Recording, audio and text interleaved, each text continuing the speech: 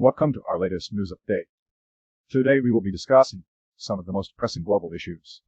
First up, Turkey has ratified Finland's NATO membership, which is a significant development in the ongoing geopolitical landscape. Moving on, reports have emerged that Russian officers are using female combat medics as sex slaves, which is a deeply disturbing revelation.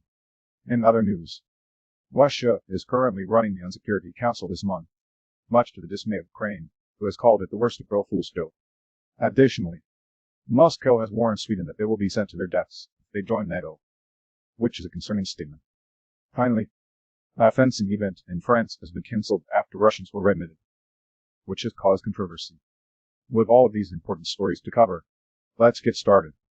Well, looks like Finland is finally joining NATO. It's about time they stepped up to the plate and took their security seriously. I agree, Barrett. It's great to see more countries joining forces to protect themselves. Yes. And it's also interesting to note that Turkey was the only NATO member stopping Finland's accession. I guess they finally realized the importance of having more allies. It's not just about having more allies. It's about having the right allies. Finland and Sweden are both important players in the region, and their membership will make NATO stronger. Well said, Alon. And let's not forget that Sweden's bid is still being blocked by Ankara and Budapest. It's a shame that politics can get in the way of progress. It's unfortunate, but it's not surprising. Politics has always been a messy business. Indeed, Katie. But let's focus on the positive news here. Finland's ratification process was the fastest in NATO's modern history. That's quite an achievement. It certainly is, Hubbard. And it's a testament to the hard work and dedication of all the parties involved. Breaking news, folks. Finland has officially joined NATO. Their membership will make the alliance stronger and the region safer.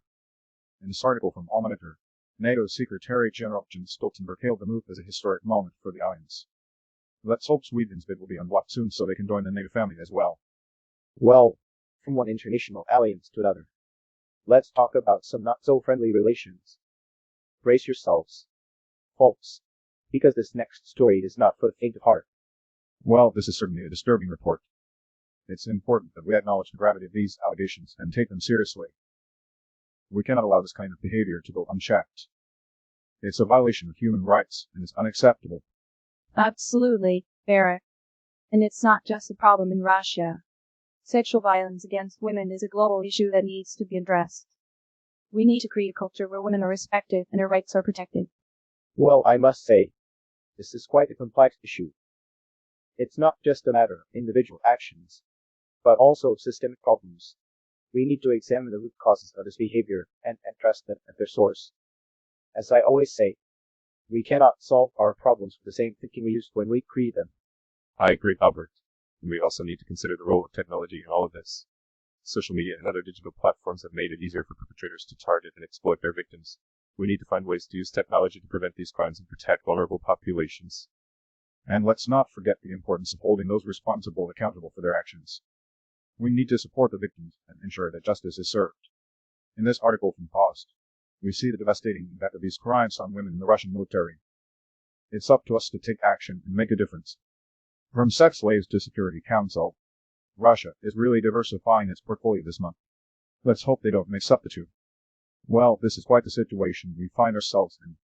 Russia, a country accused of violating international security, is now in charge of the United Nations Security Council.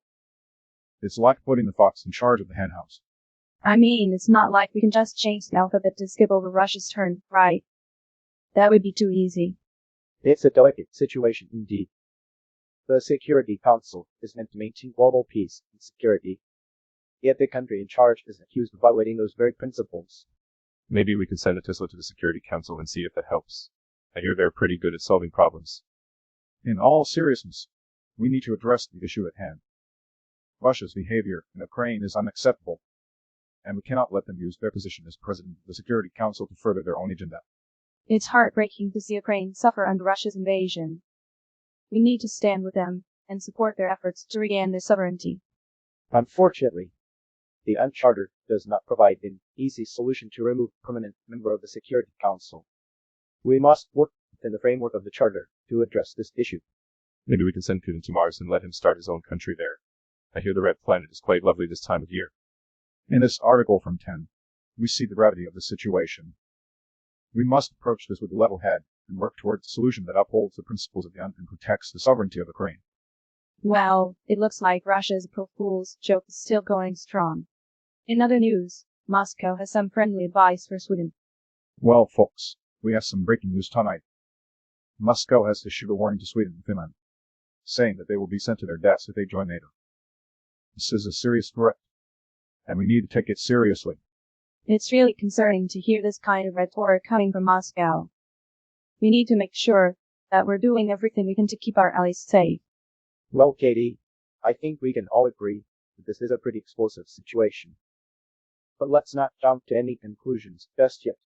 We need to look at the facts and figure out what's really going on here. That's right, Albert.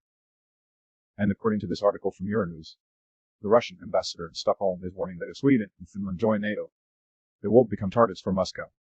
Targets. That sounds like something out of a spy movie. Are we sure this isn't just some kind of misunderstanding? Unfortunately, KD, I don't think it's that simple. Russia has been making threats against these countries for a while now, ever since they submitted bids to join NATO last May. It's a classic case of geopolitical bustering, Katie. Russia is trying to flex its muscles and show that it's still a major player on the world stage. And it's not just Sweden and Finland that are affected by this.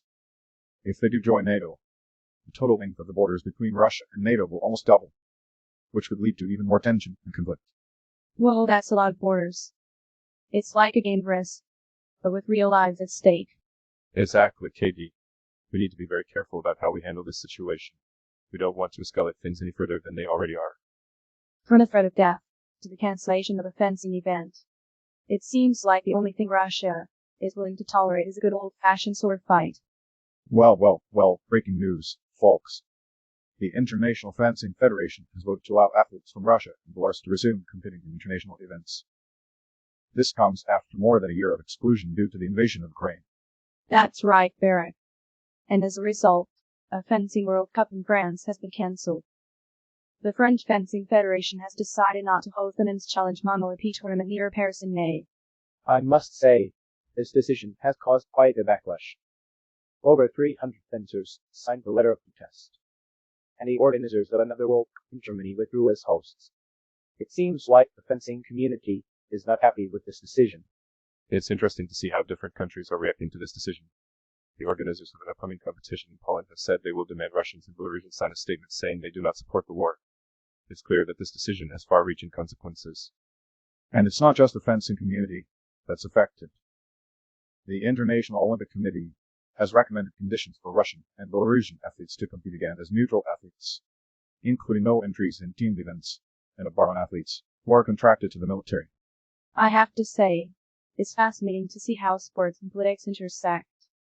Fencing may not be the most popular sport, but it's clear that it has a lot of influence in Olympic circles. And let's not forget the historical significance of fencing. Many national Olympic bodies are headed by former fencers, including Russia's and Ukraine's. It's a sport that has rich tradition and a lot of cultural significance. Well, I don't know much about fencing, but I do know that it takes a lot of skill and precision. Maybe I should take it up as a hobby. In any case, it will be interesting to see how the fight responds to the EF's recommendations. As qualification for next year's Paris Olympics ramps up, it's important that we have a fair and impartial playing field for all athletes.